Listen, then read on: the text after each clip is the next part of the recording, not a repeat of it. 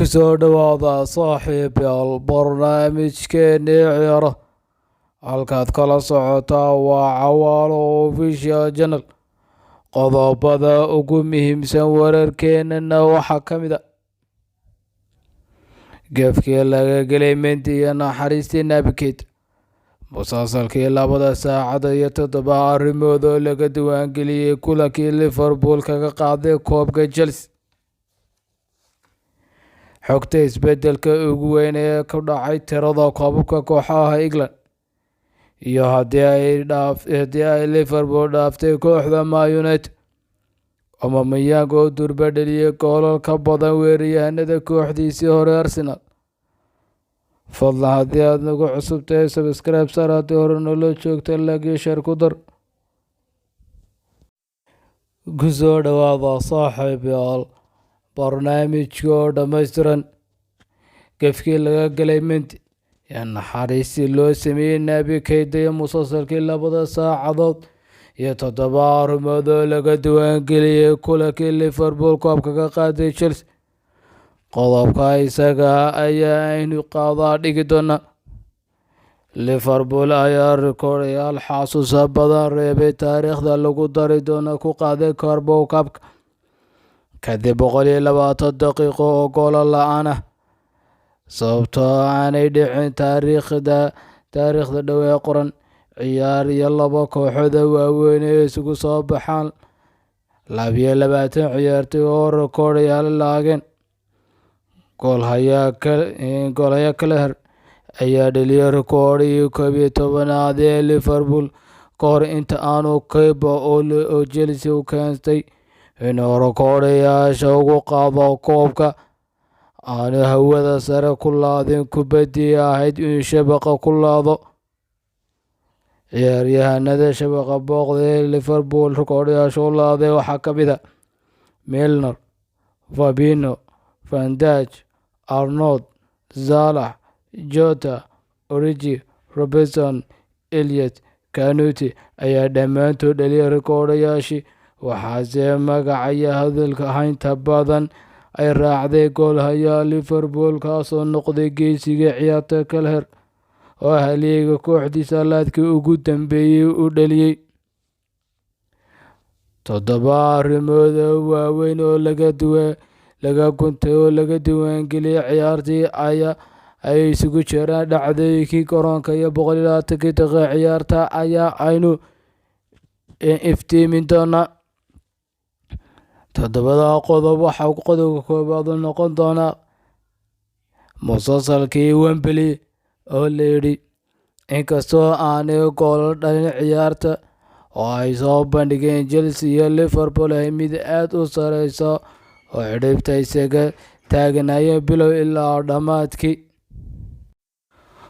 Goolal tiradoodu 4 ay ahaayeen oo 3 ka mid ah ay Chelsea shabaqa taabsiisay, halka goolka 4aad ayna dhalisay Liverpool ayaa dhammaantood lagu eegay aaladda VAR, deetana goolalkaas waa la kasalay. Qodobka 3aad oo noqon doona gefkii laga gelay Mendy. Goolhayaha reer Senegal ayaa ciyaarta 118 daqiiqo gool ku jiray, kaasoo sameeyey badbaadino khatar badan ahaa. Ayaa daqiiqadii 118aad la bedelay, laguna bedelay goolhayaha reer Spain ee Kepa. Qodobka 4aad oo ah Mount oo waqtigu celay. Mason Mount oo kubadda fursadii ugu badnaa ee Chelsea heshay oo helay, kaasoo goolkii ugu khatarta badnaa u noqday kii uu goolhayaha Liverpool dabamariyay ee ku dhacday birta. Qodobka 5aad oo ah nasiib darradii ku dhacday Thiago Alcantara, xiddiga khadka dhexe ee reer Spain. Tababarkii la isku kululeeyay in loogu diyaargaroobay ciyaarta ayuu ka soo gaadhay dhaawac, sidaa darteed oohin ayuu la dhex fadhiistay garoonka kadib markii tababarkii uu dhaawac yar ka soo gaadhay. Qodobka 6aad oo isaguna noqonaya Havertz oo final gool la'aan iyo koob la'aan laga diiwaangeliyey xidigan reer Jarmal ayaa intuu yimi Chelsea finaaladii ay tagtay mid kasta shabaka taabanayay koob kastana oo finalka Chelsea la tagana ku guuleysanayay ayaa ay soo afjartay kooxda Liverpool kaasoo gool la-aan iyo koob la-aan kala soo baxay garoonka Wembley. waayid ka toddobaad ee ugu dambeeyay qodobka toddobaad ee ugu dambeeyay laga diiwaangeliyey kulankii xalay waxaa Naby Keita oo loo naxariistay sababtoo ah ciyaarta oo socota ayuu kaadh casaan ka badbaaday kadib markii uu qalad kula kacay daafaca dhexe ee Chelsea Chalobah.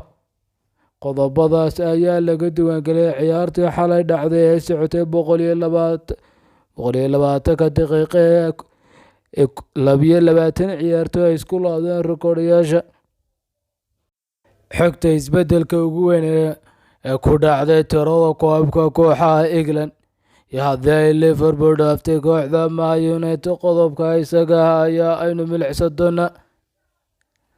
kadib guushii xalay kooxda Liverpool ay ku soo haysay tartanka Carabao Cup oo soo noolaatay ciyaartii ay Chelsea kaga qaaday koobkan ayuu isbedel ku yimid tirada koobka kooxaha ugu waaweyn England. si kasta ha ahaatee guushii Liverpool ayaa ka dhigay inay barbaraysay rikoodhka koobabka ee abid ee kooxda Man United hoggaanka muddada dheer ugu haysay kooxaha England. haatan labada kooxoodba min 66 koob ayaa ay haystaan. liiska koobka kooxaha 4 kooxood ee 5 kooxood ee ugu waaweyn ee Premier League ayaa aynu mid kasta koob ku haystaynu eegi doonaa. kooxaha Man United iyo Liverpool ayaa kaalinta koowaad ku wada jira waxaanay haystaan min 66 koob. booska labaad Arsenal ayaa fadhiisato haysta 48 koob. booska saddexaadna waxaa ku jirta kooxda Chelsea oo haysata 34 koob.